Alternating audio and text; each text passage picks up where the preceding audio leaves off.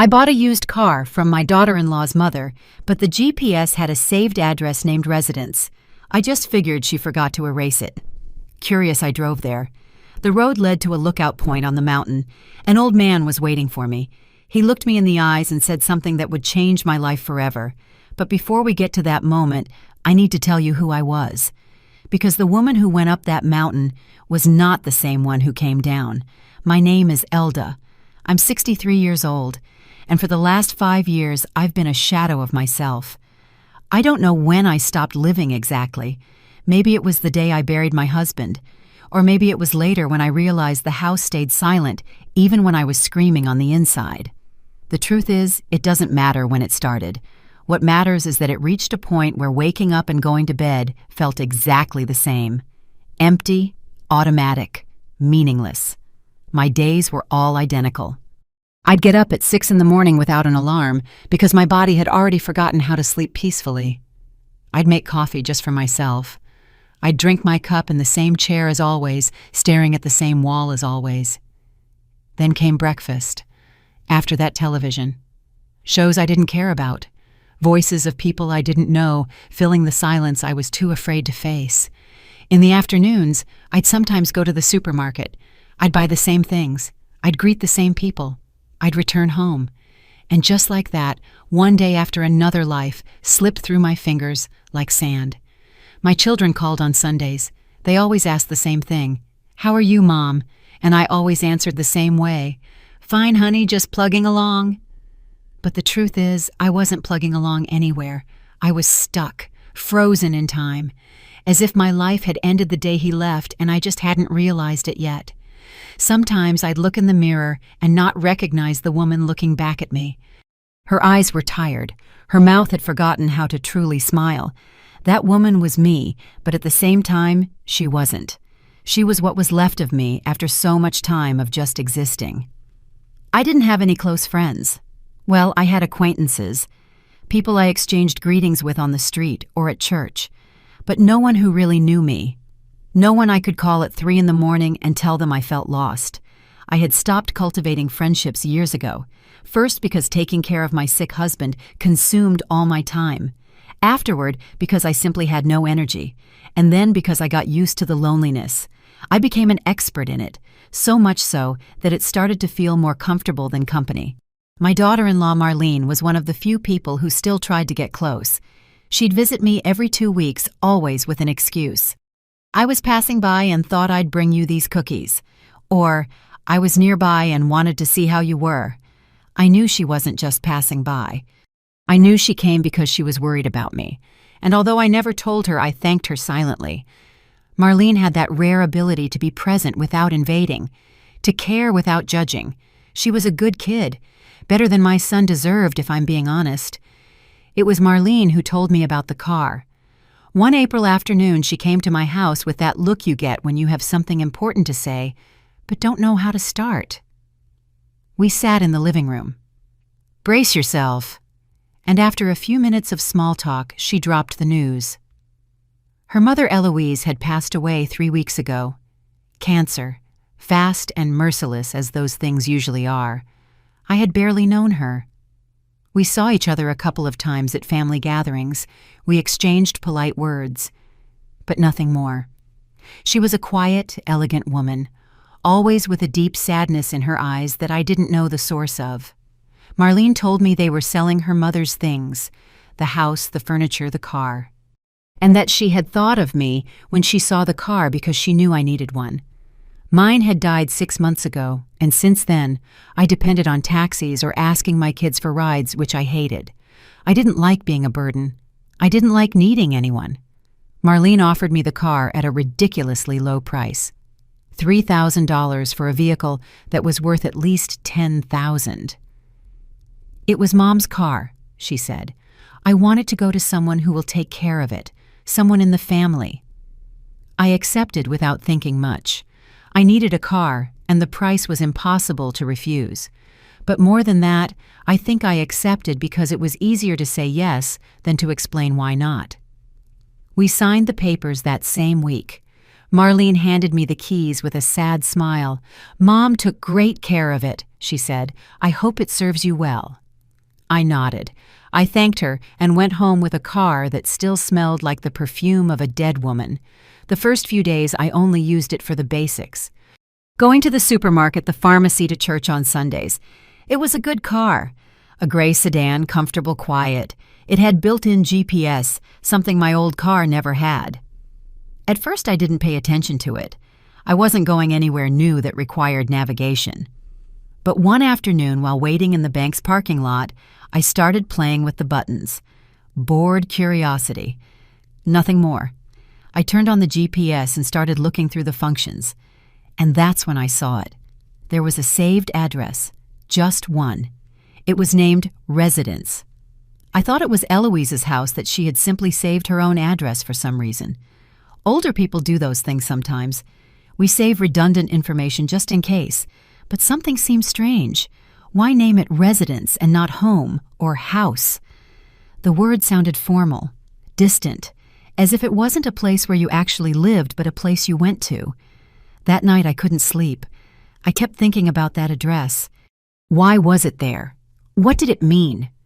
I told myself it was silly, that it didn't matter, that Eloise had probably saved it years ago and forgot to delete it. But my mind couldn't let it go, because deep down I think I needed a mystery, something to break the monotony, something to make me feel curious again.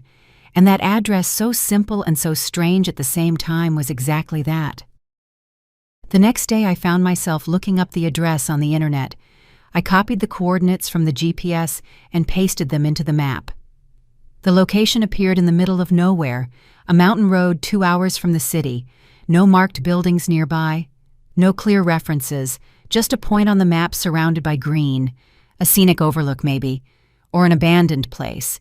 It made no sense.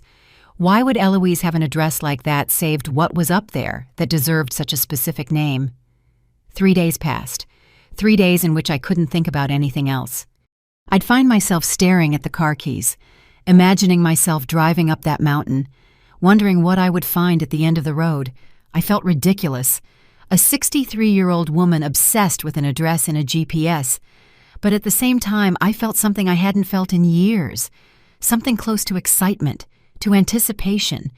As if there was a secret waiting for me, and only I had the key to discover it. On the morning of the 4th day, I made a decision. I was going to go. I had nothing to lose. No one was waiting for me at home. I had no plans. I had no reason to stay. And maybe, just maybe, that place had answers. Or maybe it had nothing. But either way, I needed to know. I needed to follow this curiosity to the end. Because if I didn't, I knew I would regret it. And I already had enough regrets in my life to add one more to the list I carried in silence. I left early that morning, before I could change my mind, before reason could convince me it was crazy. I dressed in comfortable clothes. I filled a water bottle. I grabbed the keys and left the house without looking back. The GPS was already on. The address Residence blinked on the screen like an invitation, or like a warning. I wasn't sure which. The first few streets were familiar. I passed by places I knew, the bakery where I bought bread on Saturdays, the park where I used to walk with my husband, the school where my children studied decades ago. But as I got farther from the center of the city, everything started to become unfamiliar. The houses became more spread out. The buildings disappeared, the trees multiplied, and suddenly I was on a highway I had never seen before. The GPS guided me with that calm, robotic voice. Continue for 2 miles. Turn right. Stay on this road. I obeyed without thinking. My hands on the wheel, my eyes on the road, my mind in a place between fear and curiosity. I didn't know what I expected to find. Part of me thought I would arrive at an empty house or an abandoned place with no story. But another part, the part that had kept me awake for 3 nights, knew there was something more. The road started to climb, sharp curves, trees so tall they blocked the sun. The air became cooler, cleaner. I could smell the pine and damp earth. It had been years since I'd left the city like this. Years since I'd ventured beyond my small circle of safety. And now here I was driving up a mountain for an address a dead woman had left saved in her GPS. If someone had told me a week ago I would be doing this, I would have laughed, or I would have thought I was losing my mind. An hour passed, then another. The road became narrower, more solitary. There were no other cars, no houses, just the road winding through the trees and the sound of the engine filling the silence. I started to doubt, to wonder if I should turn back, but something inside me said to keep going. That I had already come this far, that turning back would be worse than continuing. "You have arrived at your destination." The GPS voice startled me. I looked up and saw the road ended in a small dirt clearing. There was space to park 3 or 4 cars, but the place was completely empty. To one side, a stone path led toward what looked like an overlook. I could see a wooden railing in the distance, and beyond it, the open sky. I turned off the engine. The silence that followed was absolute. I sat in the car for a moment, breathing, trying to calm the nerves that suddenly washed over me. What was I doing here? What did I expect to find? But there was no turning back now. I had driven 2 hours to get to this place. I couldn't leave without at least seeing what was there. I opened the door and got out. The cold mountain air hit my face. I wrapped my sweater tighter around me and walked toward the path. My footsteps crunched on the loose stones. The wind moved the branches of the trees, creating a constant whisper. As I got closer to the lookout, the landscape opened up in front of me.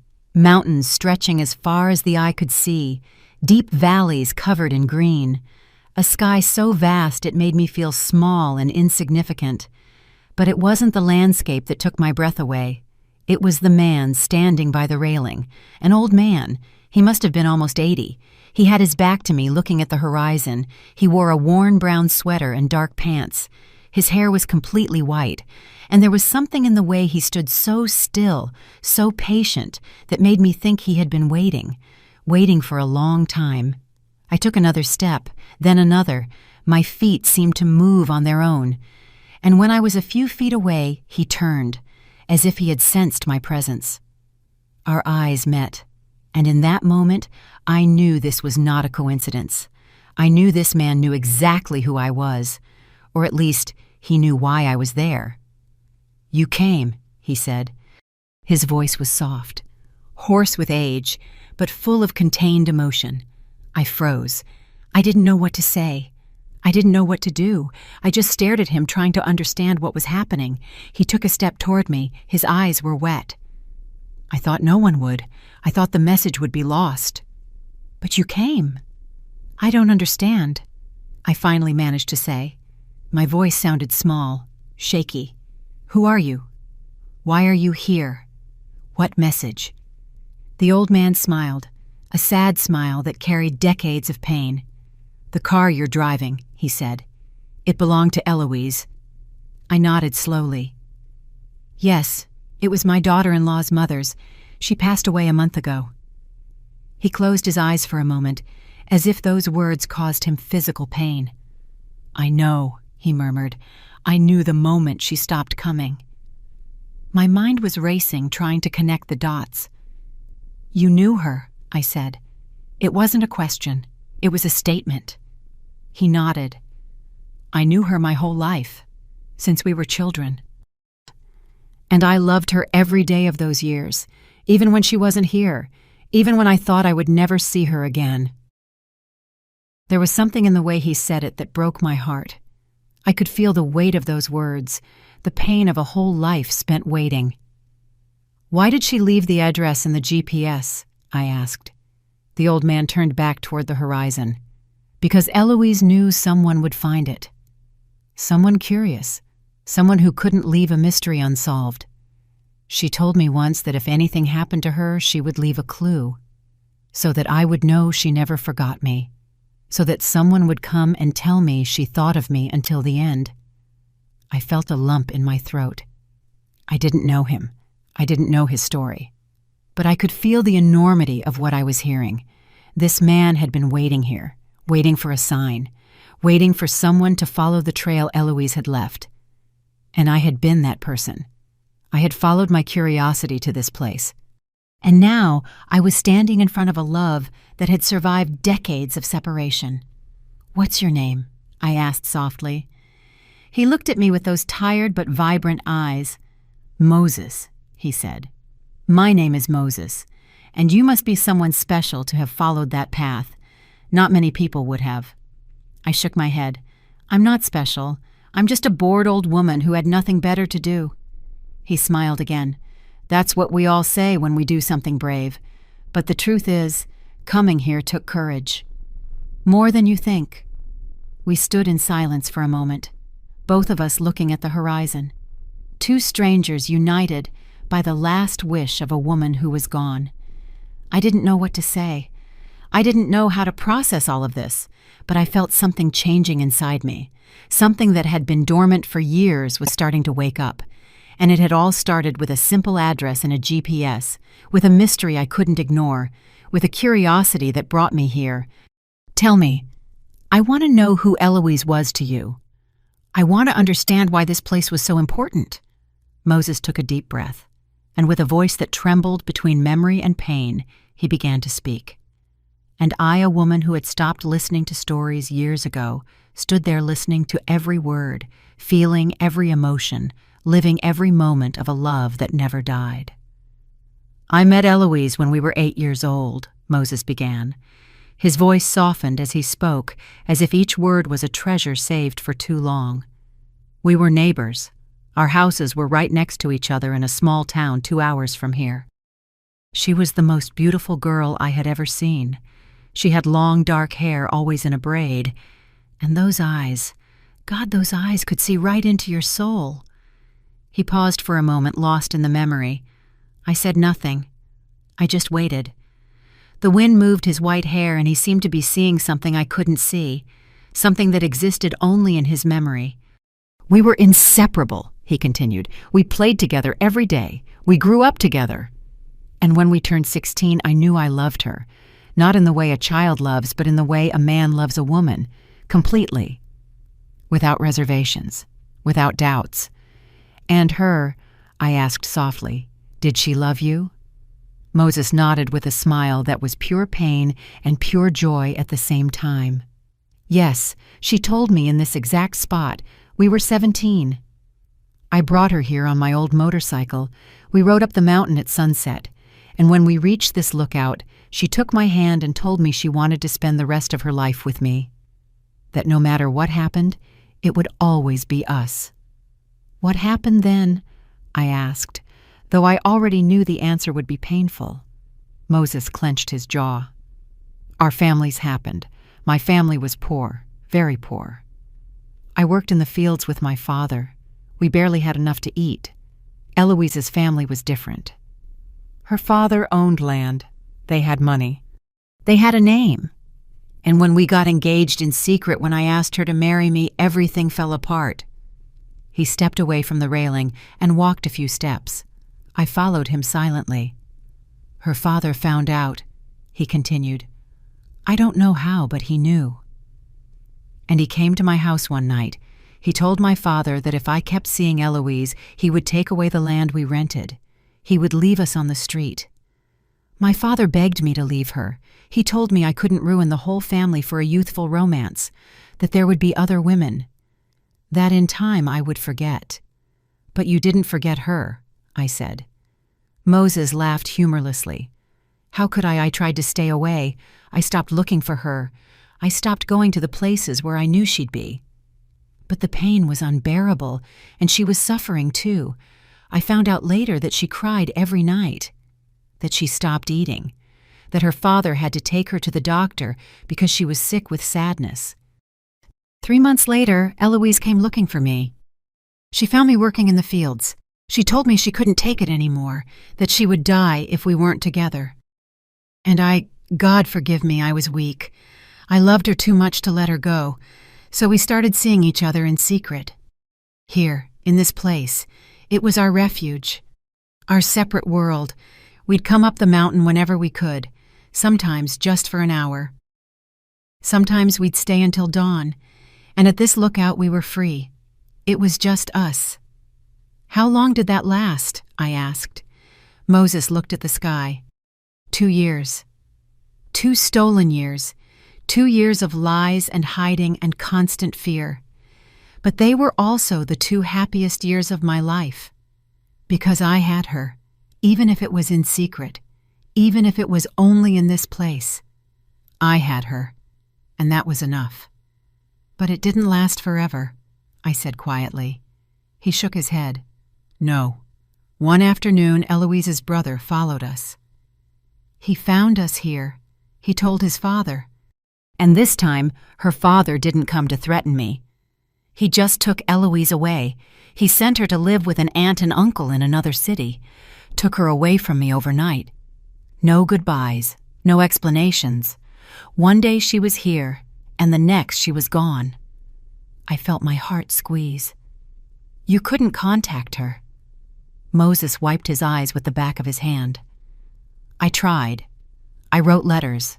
They were all returned unopened. I went to the city where she was. Her uncle chased me off with a rifle. They told me if I ever came near her again, they'd put me in jail. That they'd make something up if they had to. That I had to forget her and move on with my life. But you kept coming here, I said, looking around the empty lookout. Moses nodded. Every week, for 40 years. I came here every Sunday. At first I came because I hoped she would come back, because I thought she'd find a way to return to me. But months passed, then years, and she never came back. I found out she had gotten married, that she had children, that she had built a life without me. Did you ever marry? I asked, though I already knew the answer. He shook his head slowly. I couldn't. I tried to date other women. My family pressured me. My friends told me I was a fool, that I was wasting my life waiting for someone who would never return. And they were right. I was a fool. But I couldn't help it, because every time I tried to kiss another woman, I saw Eloise's face. Every time I tried to love someone else, my heart reminded me it already belonged to someone. So you just kept coming here, I said. Moses smiled sadly. Yes, it changed from hope to a ritual. I no longer came expecting to see her. I came because this was the only place I could still feel her close, where the memories were so strong I could almost hear her laugh. I could almost feel her hand in mine. This place became my church, my confession, my refuge. We fell silent. I didn't know what to say in the face of so much pain, of an entire life dedicated to an impossible love. Moses walked back to the railing and looked out over the valley. 6 months ago, he said, something extraordinary happened. I was here on a Sunday morning as always, and I heard a car coming up the road. I didn't think anything of it. Sometimes hikers come by, but when the car parked and the door opened, I saw her. It was her. Eloise. After 40 years, she was standing right there, looking at me, and I couldn't move. I couldn't breathe. She came, I whispered. Moses nodded, tears streaming down his cheeks. She walked toward me. She was no longer the 17-year-old girl I had loved. She was an older woman, with gray hair, with wrinkles, but her eyes were still the same, and when she spoke to me, it was as if not a single day had passed. Moses, she said, forgive me for taking so long. Forgive me for not being braver. I hugged her. I hugged her like I had dreamed of doing for 40 years, and we cried. We both cried like children. All the unsaid words, all the lives we didn't live together. All the lost time. It all came out in that embrace. She told me she never stopped loving me, that she thought of me every day of her life, that her marriage had been arranged, that she had been a good wife and a good mother, but her heart never belonged to her husband. It was always mine. Why did she come back after so much time? I asked. Moses took a deep breath. Because she was sick, cancer. The doctors gave her 6 months. And she decided she couldn't die without seeing me one last time, without telling me she always loved me, without saying goodbye in this place where it all began. We came here every week after that. Moses continued, his voice breaking. Every Sunday, just like we used to when we were young. She would drive from the city. I would drive up in my old truck. And we would meet here in our place. We talked for hours about everything we had lived through separately, about the children she had, about the jobs I had held, about the dreams that never came true, about the life that should have been ours. He sat on the ground near the railing. I followed, sitting beside him. The wind blew softly, and the sun began to set on the horizon. "We didn't have much time," Moses said. "We knew it. Every week that passed, she was weaker, paler. The cancer was consuming her, but she never missed. Not one Sunday, even when she could barely walk, even when the pain was terrible. She came, because these moments were all we had." I asked her if she regretted her life, marrying another man, not fighting harder for us. She looked at me with those tired eyes and told me no. That she had loved her children, that she had found purpose in being a mother, but that if she could go back, if she could choose again, she would have chosen me without hesitation. And that in some strange way gave me peace, knowing I wasn't the only one who carried this love all these years. The last time we saw each other was 2 months ago. Moses continued. She was very sick. She could barely breathe. I told her not to come anymore, to stay home, to rest. But she insisted. She told me she needed to see me one last time, that she needed to say goodbye here, in the place where it all began. So she came. Her daughter Marlene drove her in the car. She helped her get out, and she left us alone for an hour. Marlene knew, I asked, surprised. Moses nodded. Eloise told her everything. She told her our story, told her I had been the love of her life. Marlene cried when she found out. She cried for her mother, for me, for all the time we lost. But she understood, and she was generous enough to give us that last moment together. "We sat right here," Moses said, pointing to the exact spot where we were. Eloise rested her head on my shoulder. I held her, and we stayed like that in silence, watching the sunset. We didn't need words. We had talked enough during those 6 months. We had already said everything. We just wanted to be together, to feel each other's presence, to memorize that moment because we knew it would be the last. When the sun had completely set, she lifted her head. She looked me in the eyes, and she told me something I will never forget. "Moses," she said, "I am leaving, but I want you to know that these last few months were the greatest gift of my life. You gave me more love in 6 months than I received in 40 years. And even though we couldn't have the life we dreamed of, we had this. We had this place. We had these moments. And that is enough." I told her I loved her, that I would love her until my last breath, that when I died, my soul would come looking for her, and we would finally be together, and no one could ever separate us. She smiled, that sad smile she always had, and she gave me a kiss, a long, deep kiss, a kiss that tasted like goodbye and a promise at the same time. Then she told me something strange. She said she had left a clue, a sign, that someone would come eventually, someone who would find the address saved in her GPS. And that person would bring me a message. I didn't understand at the time. I didn't think it was important. I just thought it was the pain talking, that the medication was confusing her, but I played along. I told her I would wait, that I would be here every Sunday as always, waiting. Marlene came back for her, helped her walk to the car. Eloise turned around one last time. She looked at me, and she raised her hand in farewell. I raised mine too. And that's how we said goodbye. No screaming, no drama. Just 2 people who had loved each other their whole lives finally letting go. She died 3 weeks later. Moses wiped his tears. I didn't go to the funeral. I wasn't invited, and I wouldn't have gone even if I had been. I didn't want to see her in a casket. I didn't want my last memory of her to be that. I preferred to remember her here, alive, smiling, with her head on my shoulder watching the sunset.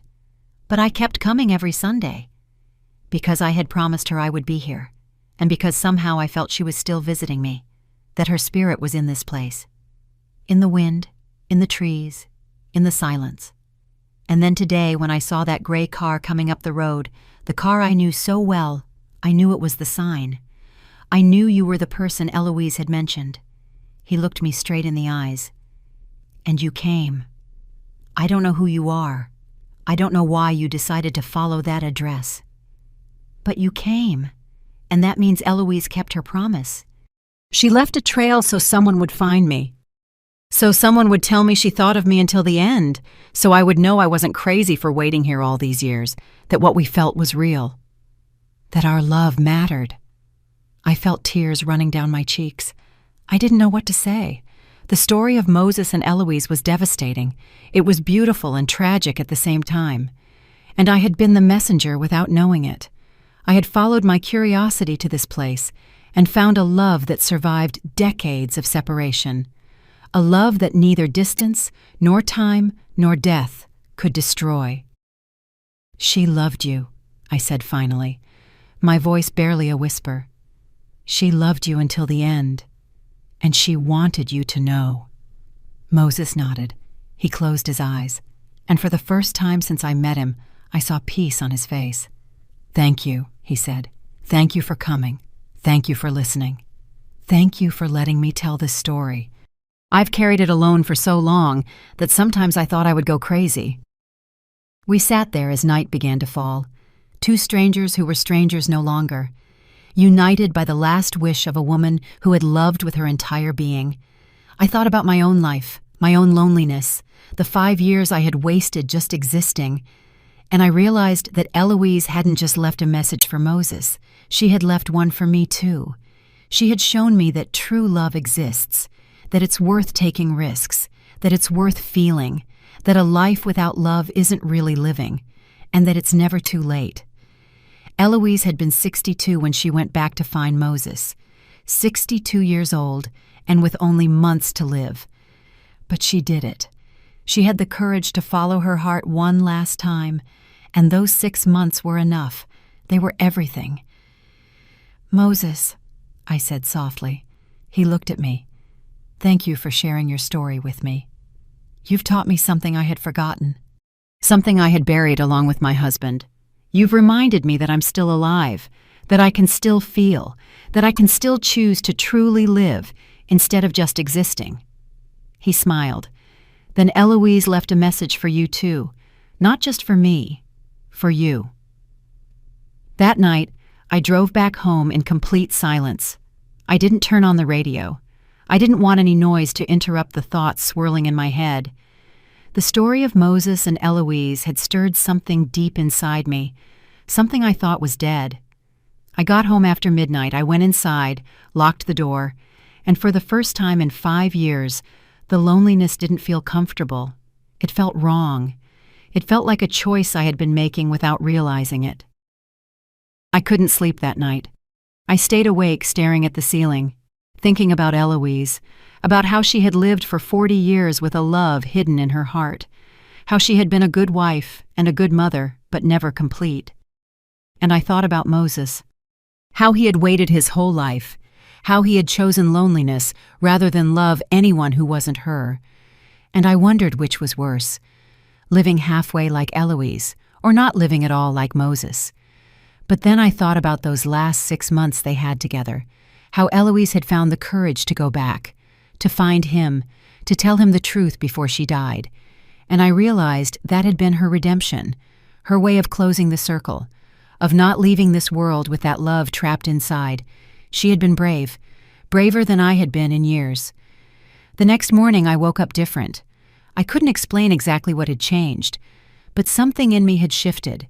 I made coffee as usual, but instead of sitting in my chair staring at the wall, I went out to the patio. I hadn't done that in months. The garden was neglected, the plants half dead, but the sun was shining, the birds were singing, and the fresh air filled my lungs in a way that made me feel alive. I spent the day cleaning, pulling weeds, watering the plants that could still be saved. I worked until my back ached and my hands were dirty with soil, but it felt good. I felt useful. I felt present. When I finished, I sat on the front step and looked at my work. It wasn't much, just a half-rescued garden. But it was something. It was a start. The following Sunday, I did something I hadn't planned. I took the car keys, and I drove back to the mountain. I don't know why I did it. Maybe because I felt the story wasn't over.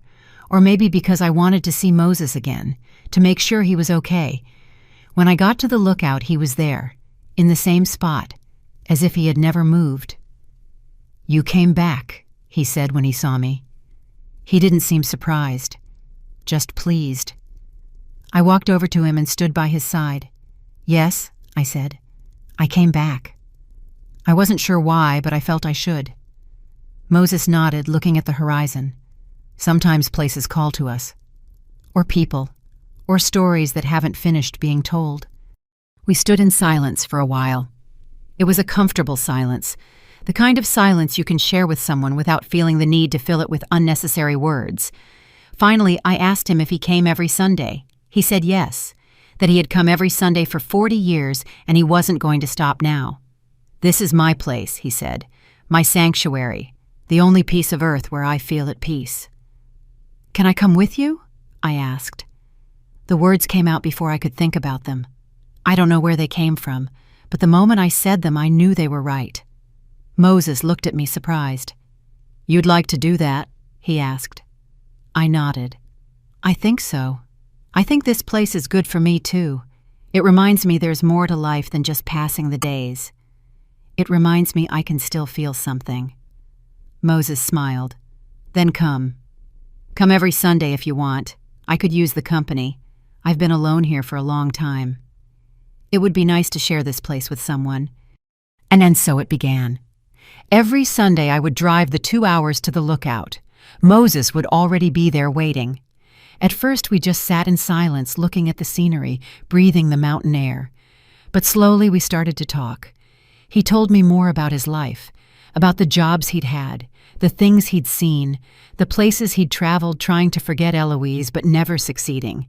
He told me about his family, about his parents who died without understanding why their son never married, about his siblings who stopped insisting after years of rejection. He told me he lived alone in a small house near the town, that his life was simple, quiet, lonely, but not unhappy. I started to open up too. I told him about my husband, about how I had loved him but not in the passionate way he had loved Eloise. My marriage had been good, stable, comfortable, but it never had that spark, that all-consuming, transforming fire. I told him I sometimes felt guilty about that, for not having loved enough, for having let my husband die without knowing my heart had always been a little asleep. Moses listened without judging. "Not all loves are like mine and Eloise's," he said, "and that doesn't make them less valid. Love comes in many forms. And the fact that you were there for your husband, that you took care of him, that you gave him a peaceful life, that is also love. We don't all need the storm. Sometimes the calm is enough." His words gave me a peace I didn't know I needed. I had carried that guilt for years, that feeling of not having been enough, of not having felt enough. But Moses was right. I had loved in my own way, and that was okay. I didn't have to be like Eloise for my love to count. I had been me, and that was enough. The weeks passed. Sundays became the part of the week I looked forward to most. They weren't just another day anymore. They were the day I felt alive again, the day I had something to look forward to. Something that got me out of the house and reminded me there was a world out there, a beautiful world, a world worth experiencing. I started to notice changes in myself. Small at first. I started dressing up more, not just on Sundays, but every day. I'd put on clothes I liked instead of the first thing I found. I'd fix my hair. I'd put on a little makeup, not out of vanity, but because I was starting to care again how I looked. I was starting to care about myself again. I also started going out more. I'd go to the farmer's market on Saturdays instead of doing one big, boring grocery trip. I'd walk in the park. I'd sit on the benches and watch people go by. I accepted an invitation from a neighbor for coffee, something I had refused dozens of times before, and I discovered it wasn't so terrible, that talking to someone, laughing, sharing stories, it was nice, it was necessary. My children noticed the change. My son called me one Tuesday night. "Mom," he said, "you sound different, happier." I told him I was fine, that I had started going out more, that I had met a friend. I didn't tell him who Moses was. I didn't tell him the story. Not yet. That was something private, something for me, something I wasn't ready to share. But I told him I felt better, that I was finally starting to live again. And it was true. After 5 years of just existing, I was finally living. And it had all started with an address in a GPS, with a mystery I couldn't ignore, with a love story that taught me it's never too late to feel, that it's never too late to choose life over survival, that it's never too late to open your heart again. 3 months had passed since that first Sunday at the Lookout. 3 months of increasingly deep conversations. 3 months of shared silences that said more than 1,000 words. 3 months in which Moses and I became something more than two strangers united by someone else's story. We became friends, confidants, companions in the midst of two lonelinesses that had lasted far too long. One Sunday, I arrived at the Lookout, and Moses wasn't in his usual spot by the railing. I found him sitting on a rock by the side of the path. He looked tired, older than usual. I approached worried. "Are you okay?" I asked. He looked up and smiled, but the smile didn't reach his eyes. "I'm fine, Elda. Just a little tired. The years weigh more heavily on some days than others." I sat down next to him. For the first time, I noticed how much he had aged. The deep wrinkles around his eyes, the trembling hands, the way he breathed as if it were an effort. This man had waited his whole life. He had come to this place for 40 years. And now that he had finally had his goodbye with Eloise, it seemed his body had decided it could rest. "You know," Moses said after a long silence, "when Eloise died, I thought I would go soon too. I thought that without her, without the hope of seeing her again, I would have no reason to go on. But then you came, and I realized that maybe there was another reason. Maybe Eloise sent me someone not just to give me her message, but to teach me that life goes on. That there is still beauty in being alive, even at our age, even after everything." His words touched me deeply. I had thought the same thing. That after my husband there was nothing left for me, that my life was already written and all that was left was to wait for the end. But these 3 months had shown me the opposite. They had taught me that there is always room for new stories, for new connections, for new beginnings, no matter how old we are. Moses looked at me with an intensity I hadn't seen before. "Elda," he said, "can I confess something to you?" I nodded. "Of course. Anything." He took a deep breath. "I have enjoyed these Sundays more than I can express. When you arrive, this place feels different. It's no longer just the sanctuary of a lost love. It's also a place of hope, of the present, of life. And I've realized that I look forward to Sundays, not just out of habit, but because I know you will be here." I felt something move in my chest, something I hadn't felt in years, maybe ever. It was different from what I felt for my husband. It wasn't the comfort of familiar love. It was something more intense, more present, more real.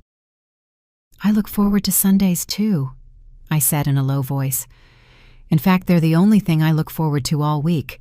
The rest of the days are just time passing until I can come back here, until I can see you again." We looked at each other for a long moment, and in that silence, I understood something that scared and excited me at the same time. I was falling in love, at 63 years old, with a man who was almost 80, a man who had loved another woman his entire life, a man who could probably never love me the way he loved Eloise, but still even knowing all that my heart had decided to feel again. I didn't say anything that day. I didn't confess what was happening inside me. I was afraid of ruining what we had, afraid he wouldn't feel the same, afraid of being ridiculous, an old woman in love like a teenager. But the feeling didn't go away. It grew. It got stronger every Sunday, every conversation, every time our hands brushed by accident and I felt electricity run through my skin. A month later, Moses arrived at the Lookout with something in his hands, a small carved wooden box. He sat next to me and handed it to me. "This was Eloise's," he said.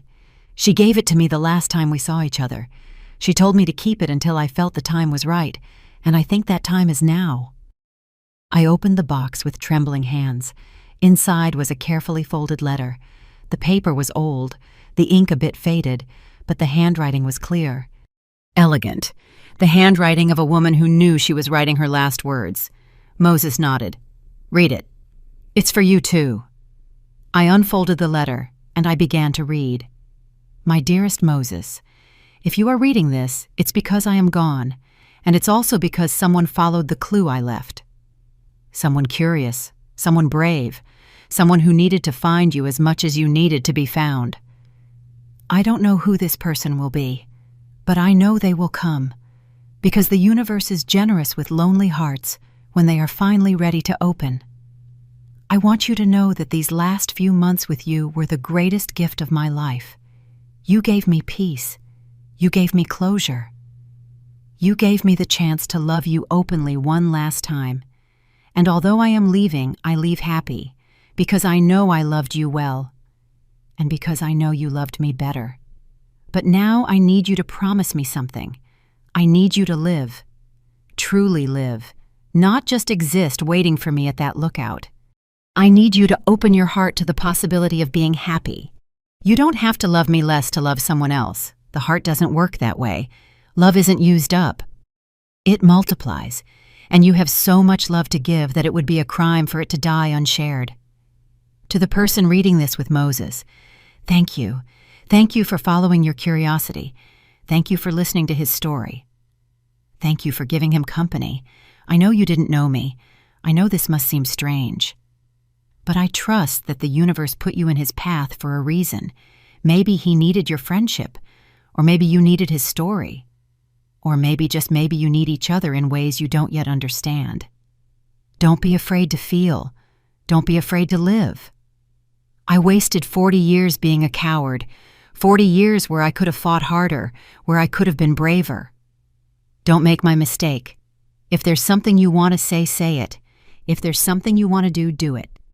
Because time is cruel and unforgiving, and regrets weigh more than any mistake. With love, Eloise." Tears were streaming down my face when I finished reading.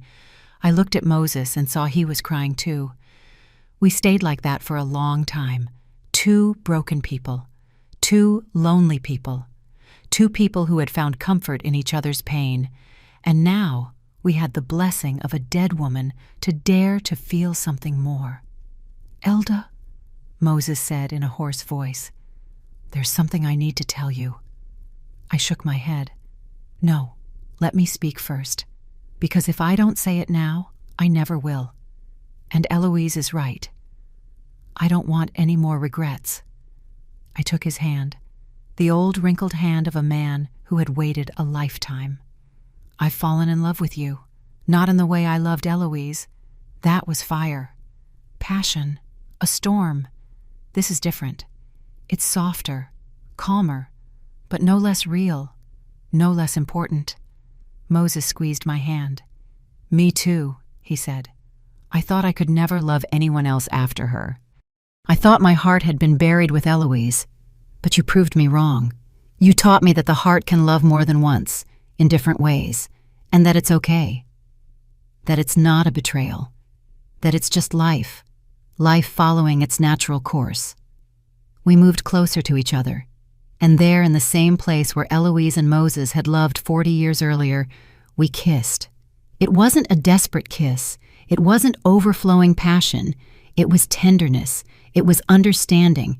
It was 2 tired souls finding refuge in one another. It was perfect. When we pulled apart, we were both smiling, shy smiles, like teenagers experiencing their first love, because in a way, that's exactly what we were. 2 older people living something new, something they had never experienced like this, something that was worth every year of waiting, every year of loneliness, every year of pain. "What do we do now?" I asked. Moses looked at the horizon. The horizon he had stared at for 40 years, waiting for something that had finally arrived. "We live," he said simply. "We live whatever time we have left, without fear, without guilt. We just live." and that's exactly what we did. The following months were like a dream I didn't want to wake up from. Moses and I continued to see each other every Sunday at the Lookout. But now we also saw each other during the week. He would come down to the town and we would spend the afternoons together. We'd have coffee on my patio. We'd walk in the park. We'd go to the movies like two kids on their first date. And every moment felt precious. Every moment felt stolen from the time we had wasted being alone. The first time Moses came to my house, he stood in the doorway, looking at everything with curiosity. "It's a cozy place," he said. "It feels like you. Warm. Calm. Full of hidden life waiting to come out." I made coffee and we sat in the living room. We talked for hours. About everything and nothing. About our past lives, about our fears, about our hopes for the time we had left. I told him more about my husband, about how he had been a good but distant man, about how our marriage had been more of a partnership than a romance. "We took care of each other," I told him. "We raised our children. We built a stable life. But there was never that spark. That deep connection. And for years I thought that was normal. That's just how marriage was. But now I realize I was settling." Moses listened without judgment. "I don't think you were settling," he said. "I think you were doing the best you could with what you had. Not everyone receives the same kind of love, and not all of us know something different exists until we experience it. You were a good wife, a good mother. That counts. That matters, and now you're getting a second chance. Not many people get that lucky." He was right. Not many people our age get a second chance at love. Most resign themselves. They settle into loneliness or dead marriages. But we had found something different, something unexpected, and we weren't going to waste a second of it. I started introducing him to my neighbors. At first, with some embarrassment. I didn't know how to explain who he was. My boyfriend sounded ridiculous at 63. My friend sounded too casual for what we felt. In the end, I would just say, "This is Moses," and I let them draw their own conclusions. Most smiled knowingly. Some were surprised, but no one judged. Or if they did, I didn't care. One afternoon, Marlene came to visit unannounced. She knocked on the door just as Moses and I were on the patio. I opened it, and her face showed surprise at seeing an unknown man in my house. "Marlene," I said, "there's someone I want you to meet." We went out to the patio. Moses stood up, and when Marlene saw him, her face changed. First confusion, then recognition, then tears. "You're Moses," she said, her voice breaking. "My mother's Moses," he nodded. "I am, and you must be Marlene. Your mother spoke a lot about you. She told me you were a good daughter, that you took care of her until the end." Marlene put her hands to her mouth. "I can't believe you're together. My mother." She wanted this. She planned all of this. The three of us sat down, and I told them the whole story. How I had found the address in the GPS, how I had gone up the mountain, how I met Moses and heard his story, how we had started seeing each other every Sunday, and how we had eventually fallen in love. Marlene cried as she listened. When I finished, she got up and hugged Moses. "Thank you," she said. "Thank you for making my mother happy in her final months. Thank you for loving her as she deserved. And thank you for letting Elda be a part of this. My mother would have been so happy to know you found each other." That her story had this ending. Moses was crying too. "Your mother was the love of my life," he said, "but Elda is my second chance, and I'm going to honor them both by loving her well." After that afternoon, Marlene became our biggest ally. She invited us to eat with her and my son. At first, my son was confused, uncomfortable even.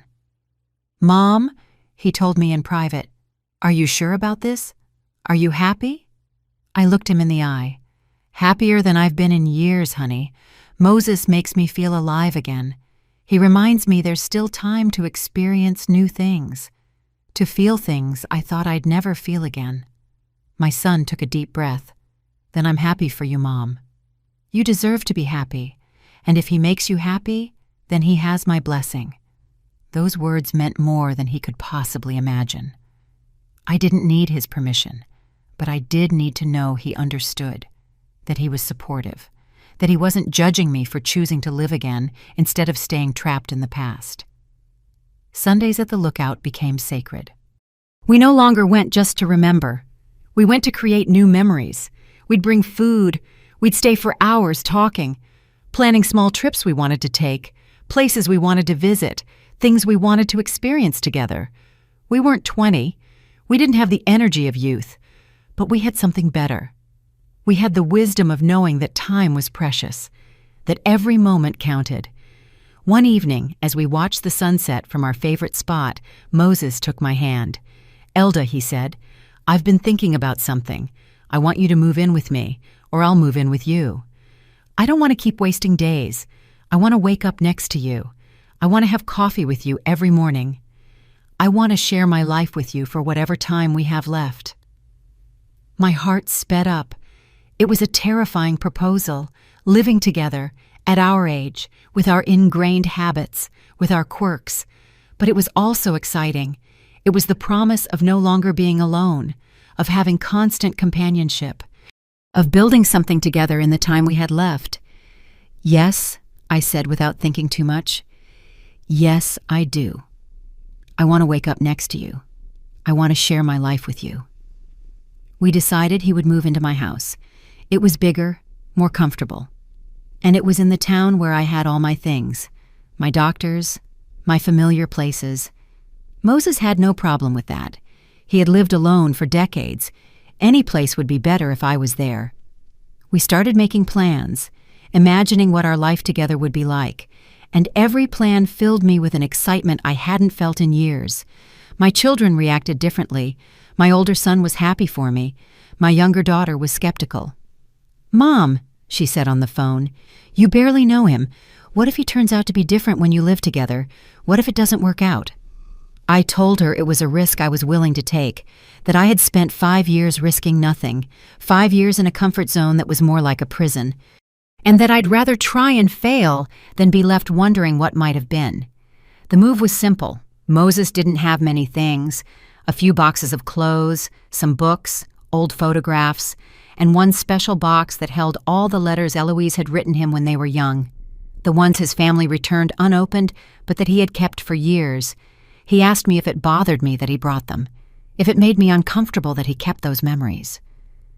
"It doesn't bother me," I said honestly. "Eloise was an important part of your life. I'm not going to ask you to erase that. I'm not competing with her memory. I'm grateful to her, because her love for you and your love for her brought me here. They taught me that true love exists, and they gave me the chance to experience it myself." Moses hugged me tight. "I don't know what I did to deserve you," he said, "but thank you. Thank you for understanding. Thank you for not being afraid of a past I can't change." And the first night Moses slept at my house was strange and wonderful at the same time.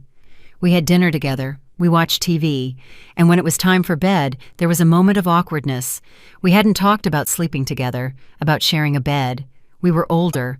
Our bodies weren't what they used to be. Our expectations were different. But when we turned off the lights and got into bed, he simply took my hand, and we fell asleep just like that, holding hands like two children afraid of the dark. And it was perfect, because we didn't need more than that. We just needed to know we weren't alone, that someone was there, someone who understood us, someone who accepted us with our wounds and our scars. I woke up in the middle of the night and watched him sleep, his steady breathing, his relaxed face, and I felt a gratitude so deep it almost hurt. Gratitude for having followed that address in the GPS, gratitude for having been curious enough, brave enough, gratitude for Eloise and her final gift, and gratitude for this man sleeping beside me, this man who had taught me that it's never too late to live again. Living with Moses turned out to be easier than I imagined. We got used to each other with surprising ease. He would get up early and make the coffee. I would make breakfast. We'd spend the mornings reading the newspaper together on the patio. The afternoons we dedicated to walking around the neighborhood or just being at home enjoying each other's company. And the evenings we spent talking until sleep overcame us. Not everything was perfect. We had our differences. He was tidier than me. I was more impulsive than him. Sometimes we argued about silly things, how to fold the towels or what temperature to set the air conditioning. But even those arguments had something beautiful about them, because they meant we were building a life together, that we were learning to compromise, to negotiate, to find a middle ground. One morning, 2 months after he moved in, Moses woke up coughing. At first I didn't think much of it. It was just a cough. Probably a cold. But the days passed and the cough didn't get better. It got worse. He got tired easily. He lost his appetite.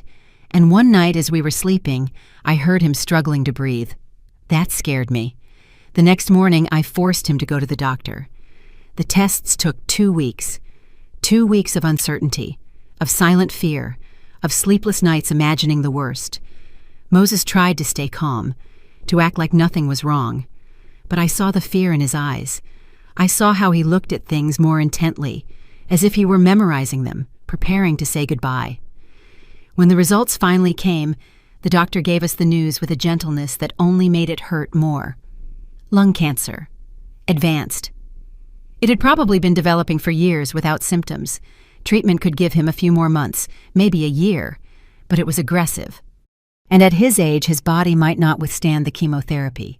He had to decide, quality of life or quantity of time. We left the office in silence, got in the car, and just sat there saying nothing. Finally, Moses spoke. "I'm not going to do the treatment," he said. "I'm not going to spend my last months feeling worse than I already do. I want to live, really live, for whatever time I have left. I want to enjoy every day with you without being sick and weak from the medicine." I wanted to argue. I wanted to convince him to fight, to try anything that could give him more time. But when I looked him in the eyes, I understood. He had waited his whole life. He had suffered 40 years of loneliness. And now that he had finally found peace, he wasn't going to waste his last months in hospitals and painful treatments. He was going to live, and I was going to be by his side. "Okay," I said, taking his hand. "We'll do it your way.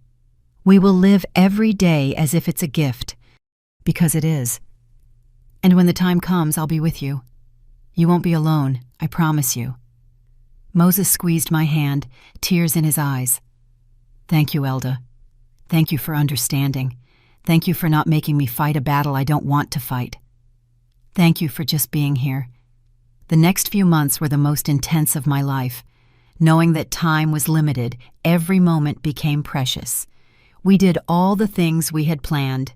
We went to the beach, something neither of us had done in years. We sat on the sand watching the ocean for hours, feeling the sun on our skin, listening to the waves, living fully. We visited nearby towns neither of us knew. We ate at new restaurants. We tried foods we had never tried. We bought ice cream and ate it walking through the park like kids.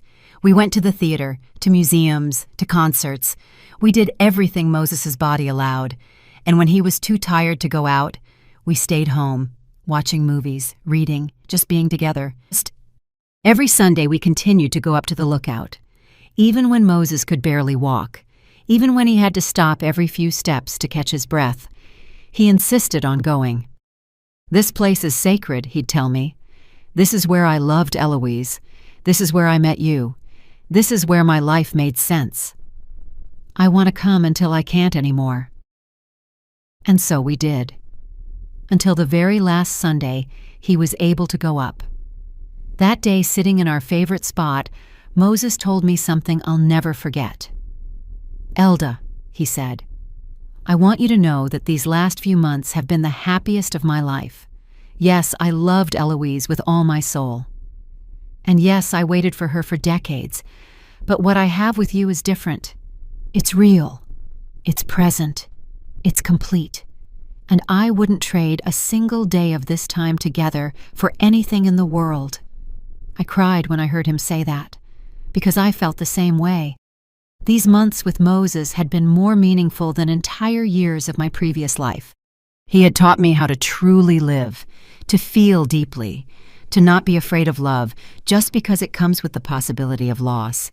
Love always comes with that possibility, but it's worth it. It's always worth it. It reached a point where Moses could no longer get out of bed. His body was finally giving up. I hired a nurse to come during the day, but the nights were mine. I would lie down next to him. I'd hold his hand. I'd talk to him about our memories, about the things we had experienced together. I'd read him his favorite books. I'd play soft music. And he would smile. Even in pain, he would smile. One night, Marlene came to visit us. She brought my son with her. They sat around Moses's bed, and he told them stories about his youth, about Eloise, about how he had met his dead mother-in-law, about how she had been the love of his life, but I had been his redemption. My son cried. He didn't know men who were almost 80 could love like that, with so much intensity, with such purity. Before they left, my son hugged me. "Mom," he said, "I'm sorry I ever doubted this. I'm sorry I didn't understand from the beginning. What you two have is special. It's rare, and I feel lucky to have witnessed it. You taught me that it's never too late for love, that you should never give up." Those words gave me peace, because they meant that what Moses and I shared hadn't just changed us, it had touched others too. The last week was the hardest. Moses slept most of the time. When he was awake, he could barely speak, but his eyes said everything.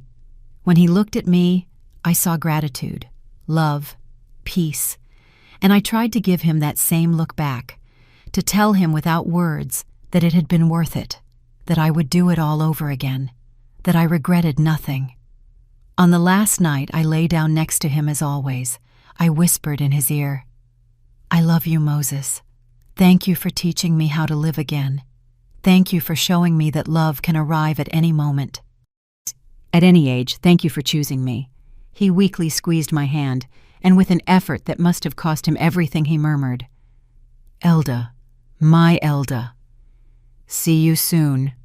He fell asleep with his hand in mine, and sometime in the early hours of the morning, his breathing stopped. It was quiet, peaceful, painless. I lay there next to him until the sun came up, crying, thanking him, saying goodbye, and when I finally got up, I knew I was changed forever, that I would never go back to being the empty woman I was before, because Moses had taught me something priceless. He had taught me that living is worth it, always. The funeral was small, intimate, just the people who truly knew him. Marlene spoke, my son spoke, and I spoke too. I told everyone how a GPS with a mysterious address had led me to the love of my life, how a dead woman had conspired from the beyond to unite two lonely souls, how Moses had saved me without even knowing it. And how our time together, though brief had been enough, it had been everything. After the funeral, Marlene gave me something, a letter. It was from Moses. He had written it weeks before he died and asked her to give it to me afterward. With trembling hands, I opened it, and I read his last words to me, words of love, of gratitude, of hope, and in the last line a request, "Keep living, Elda, not for me, for you, because you deserve every day of happiness you can find, and because now you know how. I love you. Always." The first few days after Moses' death were the darkest. I'd wake up expecting to see him next to me and find the bed empty. I'd make coffee for 2 out of habit, and then remember I was alone again. The house felt too big, too quiet, and for a moment I was afraid of falling back into that void I had lived in for 5 years, that place where I only existed without really living. But something was different this time. The pain I felt wasn't the same dull gray pain I had felt when my husband died. This pain was sharp, intense, alive, and even though it hurt, it also reminded me that I had loved, that I had felt, that I had lived something real and profound, and that in some strange way gave me comfort, because it meant Moses had left a mark on me, a mark that would never be erased. Marlene came to see me every couple of days. She brought me food, she sat with me, she let me cry without trying to comfort me with empty words. She was just there, and her presence was enough. One day, she brought me a box. "This was in my mother's things," she said. "I think you'll want to see it." I opened the box, and inside, I found a photo album. Photos of Eloise and Moses when they were young, at the lookout, smiling, hugging, in love. I cried looking at those photos, but they weren't tears of sadness. They were tears of gratitude, because those images showed me something beautiful. They showed me their love had been real, that it had been worth it, and that even though they couldn't be together, even though life separated them for decades, they found each other again in the end. And that ending, though brief, had been enough. It had been everything they needed. On the last page of the album, there was a different photo. It was recent. Eloise and Moses at the lookout, both old, both tired, but with the same smiles they had in the photos from their youth. Marlene told me she had taken that photo the last day her mother saw Moses, the day they said goodbye, and seeing them like that together one last time broke my heart and healed it at the same time.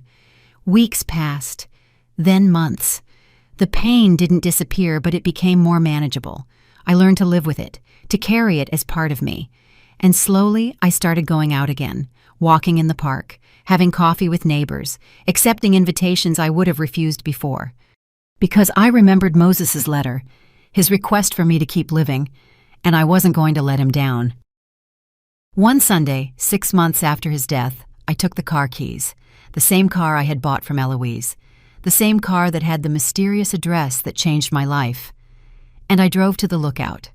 I hadn't been back since Moses died. I was afraid it would be too painful. But something was calling me to that place. Something was telling me it was time to go back. When I arrived, the place was exactly as I remembered. The wooden railing, the tall trees, the infinite horizon. I walked over to the spot where Moses used to stand, where he had waited for 40 years, where he had told me his story, where we had fallen in love, and I just stood there feeling the wind on my face, listening to the silence of the mountain. "Hello, Moses," I said out loud. "Hello, Eloise. Thank you. Thank you for everything. Thank you for teaching me that love exists, that it's worth the risk, that it's never too late." Tears were running down my face, but I was smiling, because I knew that wherever they were finally together, finally free, finally at peace. I sat on the ground, in the same spot where Moses and I had sat so many times, and I took a notebook out of my bag. I had started writing, documenting our story, the story of how an address in a GPS led me to love, how two lonely people found each other in the most unexpected place, how we learned that it's never too late to live again. I wrote for myself, to process, to remember, but I also wrote with the hope that someone else might read it someday, someone who was lost like I had been, someone who needed to know that there is always hope. I spent hours up there that day, writing, remembering, crying and laughing at the same time. And when the sun began to set, I closed the notebook. I stood up, and I spoke to the horizon one last time. "I'm going to live, Moses, like you asked. I'm going to live every day I have left. For me, for you, for Eloise, for everyone who didn't get the chance we had." I drove down the mountain with my heart lighter than it had been in months. And when I got home, instead of locking myself in, I went out. I walked around the neighborhood. I greeted people. I accepted a neighbor's invitation for dinner. And that night, for the first time since Moses died, I went to sleep without that crushing weight on my chest. I went to sleep with hope. The following months were transformative. I joined a book club. I started painting classes, something I had always wanted to do but never dared. I traveled alone for the first time in my life. I went to the town where Eloise was born.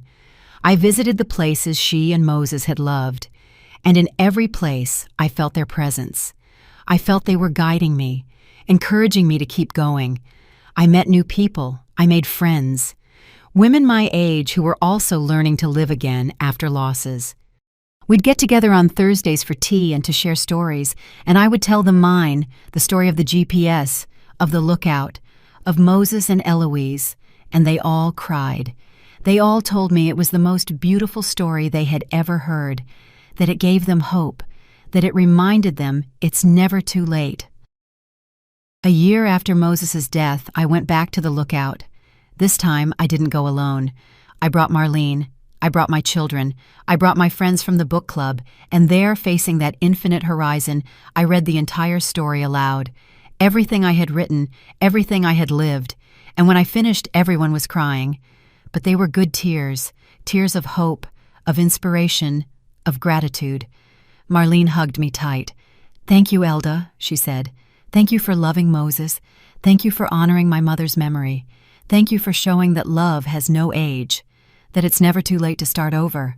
My son hugged me too. "I'm proud of you, Mom," he said. "You've taught me more in these last 2 years than in my whole life. You taught me to be brave, to not be afraid to feel, to really live." Those words filled me with a deep joy, because they meant my story hadn't just changed me. It had touched others. It had inspired. It had taught. And that was exactly what Eloise had wanted. That's why she left that address in the GPS. Not just so Moses would know she loved him until the end, but to create a chain of love, of hope, of transformation. Today I am 65 years old. It's been 2 years since I bought that car. 2 years since I followed my curiosity up a mountain. 2 years since I met Moses. And even though he is gone, his impact on my life is still immense. He changed me. He saved me. He taught me how to live. I am no longer the empty woman who just existed. Now I am someone who lives fully, who feels deeply, who is not afraid to take risks, who knows that love can come at any moment, at any age, in any form, and that it is always, always worth it. I still go up to the lookout every Sunday. It's my ritual, my way of honoring Moses and Eloise, my way of reminding myself that I must keep living. And every time I'm up there looking at that infinite horizon, I feel them with me, guiding me, protecting me, reminding me that life is a gift, that every day counts, that it's never too late. And if I could give one piece of advice to anyone reading this, to someone who feels lost, empty, resigned, I would tell you this: follow your curiosity, dare to explore, dare to feel, because you never know where a simple address saved in a GPS might lead you. You never know what story is waiting for you at the end of the road. You never know when life is going to give you a second chance, and when that chance comes, take it. Don't be afraid. Don't hesitate. Don't settle for just existing. Live. Live completely. Live with no regrets. Because in the end, the only thing that matters is the love you gave and the love you received, the experiences you lived, the people you touched, and the moments you dared to feel fully. This was my story, the story of how a mysterious address led me to love, led me to myself, led me to the life I should have been living all along. And I hope my story inspires you to find yours, to follow your own path, to dare to live fully. Because we all deserve that chance. We all deserve love. We all deserve to feel alive, no matter our age, no matter our past, no matter what. It's never too late. Remember that. It is never too late.